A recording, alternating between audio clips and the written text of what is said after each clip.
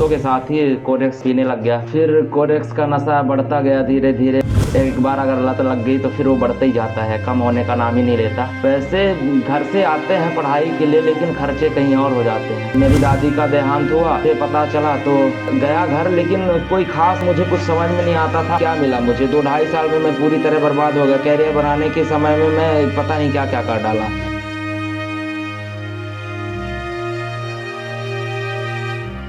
मैं 12th पास करने के बाद जब पढ़ाई करने के लिए ग्रेजुएशन के लिए रीवा आया, पहले मैं गांव में रहता था दोस्तों के साथ सिगरेट वगैरह, यहाँ दोस्तों के साथ ही कोरेक्स पीने लग गया। फिर कोरेक्स का नशा बढ़ता गया धीरे धीरे।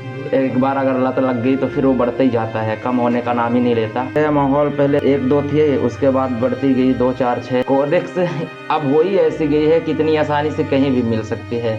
इतना व्यापार हो गया है कि कहीं भी आप जाओ, और ये माहौल वाले चीज़ तो और हर जगह इतना जल्दी मिल जाते हैं, कुछ पूछो ही मत।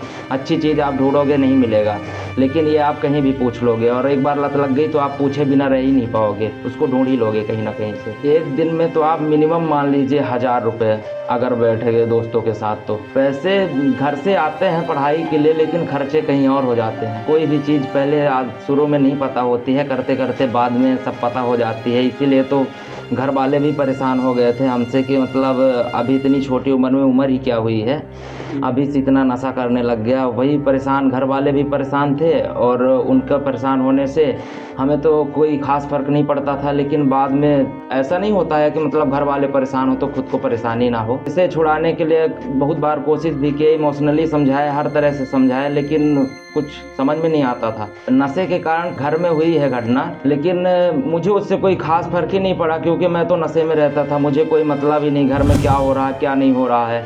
इसी बात से तो घर वाले भी परेशान थे। हाल ही में मतलब मेरी दादी का देहांत हुआ, और मैं यहीं रीवा में था। फिर मुझे पता चला तो हो गया घर, लेकिन कोई ख़ास वो नहीं कि मतलब मेरे घर का ये काम है, ऐसा हो गया। मुझे कोई वही नहीं हुआ, मतलब नशे के कारण मुझे कुछ समझ में नहीं आता था। मैं कहीं भी एकदम शांत बैठा रहता अपने नशे में।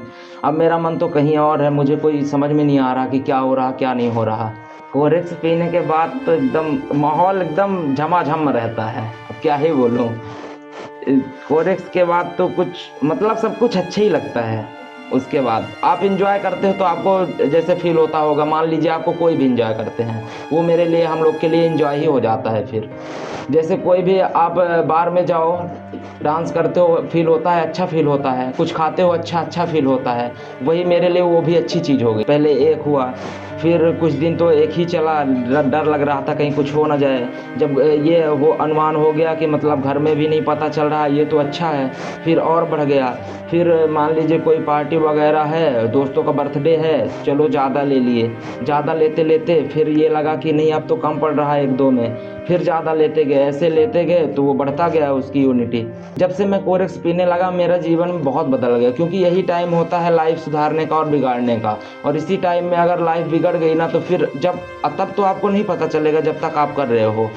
लेकिन जब कोई इमोशनली बहुत ज़्यादा आप परेशान हो जाओगे ना, तो आपको समझ में आएगा कि नहीं मैं बहुत गलत कर रहा था, और उस गलत को आप सुधारने की कोशिश करोगे भी तो भी नहीं सुधार पाओगे। क्या मिला मुझे, 2-2.5 साल में मैं पूरी तरह बर्बाद हो गया। कैरियर बनाने के समय में मैं पता नहीं क्या क्या कर डाला।